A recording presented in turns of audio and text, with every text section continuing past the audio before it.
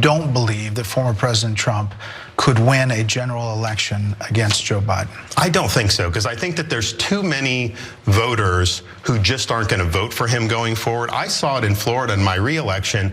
I won the first time by less than 1%, second time by 20.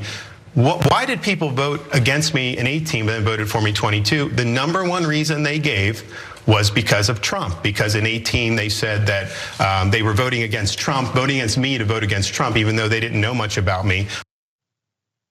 Okay, there's a lot there that's like utter nonsense. Like he's having so much trouble making the case that everybody loves you. Seems like a weird way to go, but I'm gonna give Ron DeSantis a little bit of credit. He is actually, in that clip at least, running against Trump by saying he can't win, I'll beat him. Like that's an actual argument for why they should choose you rather than Trump, rather than spending all of your time just helping Trump play defense against the cases that he's facing. So that is something. He is acting like a person who actually plans to beat Trump. I don't think he's going to. It's going really horribly for him, as we'll get into with the polls. But yeah, it is at least good to see him acting like a candidate for a second. And by the way, focusing like his attacks on Trump, who is terrible, rather than pretending that he can win this race just by like talking about how much he despises trans people or something. Yeah, it's interesting. I'll say that, especially because like the polling numbers are dismal for DeSantis, right? And it's kind of funny to watch him talk about how he can beat Trump when like all the arrows point to no, you can't. So I don't know if he's like just coming off as delusional, but like good effort, I guess. I'll never disparage anyone for trying. I'll say that. Yeah, well, pursuing his dreams. Well, you say that, but we're about to turn to him pursuing another one of his dreams, which is to utterly rewrite all of the worst excesses of American history. So here he is being asked about one example of that. We eliminated critical race theory a couple years ago. When we did that, the media lied and the left lied, saying you don't want to teach about African American history, equating political activism and CRT with black history. Said no, not only do in the bill it says you've got to do all these things, teach about injustice, teach about discrimination. So these standards were born out of the fight against CRT, because this is true history. So to take something and demagogue it like that, that's bad faith. And here's the thing. This was a public process. These guys were going through it. People could have raised objections. No one said anything about this. They were being lauded for the job that they did by people across the political spectrum. Now Harris comes in and parachutes.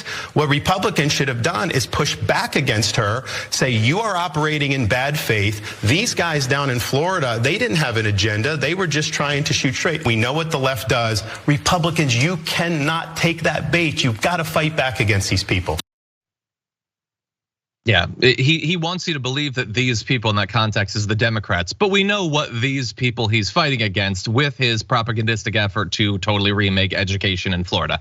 Everything that he said about the process was an utter lie. These are political hacks that he appointed, and they didn't involve actual scholars, which is why it's no surprise that what they have produced is ahistoric. Literally, the first examples they gave of their new approach to rewriting the history of slavery, implying that slaves gained skills. So I guess it was good that they were slaves.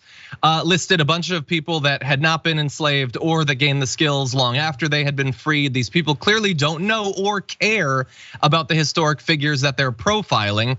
Now, he didn't bring those things up. He didn't seem to have a problem with it. And are you really gonna expect Bret Baier to fact check that? But the plan is ridiculous, and him just continuing to say we're fighting against like ideology or propaganda while being a part of maybe the worst example on the state level of a nationwide right-wing effort to propagandize to kids by stripping them of the ability to be exposed to any sort of perspective or life experience that the right has a problem with, and then filling their heads full of ahistoric right-wing nonsense. Like, we get what they're doing, and them just continually saying they're doing the opposite is not going to be convincing to parents. I think the whole thing with CRT is kind of shocking to me because it's so easy to prove that this is not something that's actually being taught in schools. CRT, we all know that it's something that's being taught in high-level graduate programs, law schools, things like that. The average first grader isn't being exposed to critical race theory. And most of these people who don't want it in their schools can't even explain what it actually is, right? Some of them don't even understand that it has anything to do with race at all. They think it's about turning children, leading them into the LGBTQ community somehow. So that's how misinformed they are. And as far as DeSantis is concerned, he's totally okay with a misinformed public. And not only that, he seeks to further misinform them. And as someone who will always advocate for better education amongst everyone, it's really disheartening to see what's going on there. And a lot of the things that happened in Florida, especially with the book bans and things like that, it's a very small faction of people who are pushing those things forth. And a lot of them are DeSantis supporters, and that's really their only qualification for doing any of the kind of work that they're doing. And they're not very, they're not trying to hide it. They're not being subtle about their efforts there. So it's really sad. We're starting to see a little bit of that here in Texas as well. So I'm sorry to see that spreading, but hopefully we can get a handle on it before it gets even more out of control than it already is. Yeah, 100%. Look, this is being driven by some activists and some politicians who are utterly terrified of their kids realizing what has truly happened in American history. But much more importantly than that, they're utterly terrified of them taking a look at American history and then thinking, wait, what if history wasn't just like 10,000 years ago and then there's like a concrete wall between that and the experience we have today? What if there are reflections of that? What if there are some policies that might be continuations of that? What if there are some groups who are pushing the same sort of bigotry and systemic racism that we can learn about in history? They have no interest in kids learning about any of that. And the way that you educate a generation is not by having people who are more scared of books than anything else in the world, shutting down libraries, pulling books, banning things, and then rewriting history as if it's some sort of like fascist Mad Libs. Like that's not how you educate. And by the way, like they can convince some people because again, there are right-wing parents who are they know the bigotries they have. There's nothing they're more scared of than their kids becoming woke and then realizing that their parents might not live up to the standards they had for them. And so they'll do some of this like pulling books and everything, but it is not lost on most people that if you're the one banning books, you're the one locking up librarians, you're the baddie in that situation. It doesn't take a very persuasive argument to get people to understand that. Yeah, I hope you're right there. It's funny to me because I think a lot of the people that you were referring to, they tend to read one book over and over and over again, and they think that they can get all of life from that one book. And it's so crazy to me because even within that one book, there's disagreement on how you can interpret it. I mean, wars have been fought over that, but this is a book that people, decide to live their life off of, which if that's what you want to do, that's your prerogative. But, at least, take in some outside sources, get some actual life experience and there's so much to be experienced in this life and in this world and in this universe. And I can't imagine just limiting the scope of one's experience to one book. And then not only that, but saying nobody else should read anything else either. This book is bad. This book that I probably haven't even read, I don't think anybody else should read it either. And we're seeing that that's also been happening. The people who are behind a lot of the book bans haven't even read the books that they're banning, It's very disappointing. I can imagine an ad. So they had the great ad of like, the couple that's like, they want to use a condom in bed or whatever. And then all of a sudden there's this old weirdo who's telling them it's illegal. You know what you have? You have like a tight shot following a kid who like walks into a library. And like a lot of us experience, he just feels a sense of like wonder and discovery and exploration. And then you follow him in and he sees a book and he goes to grab it.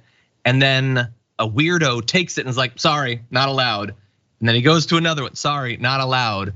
Just demonstrate how much is being taken away from these kids that will not be able to have the experience that you or I had where you could just wander around and read things and learn and become curious.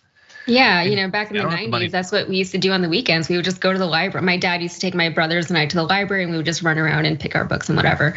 Yeah. And that was always so much fun. I think something that's missing from the conversation around book banning in general, you can read a book and then at the end of it decide that you don't agree with what was in the book. right? Yeah. Reading a book is not an endorsement of the content within the book. Having a book on your bookshelf doesn't mean I endorse all of these ideas. But still, by reading so many different things, at least you're learning how to think and how to analyze information and how to interpret your own feelings about it. And that's what a lot of these children are going to be missing out on.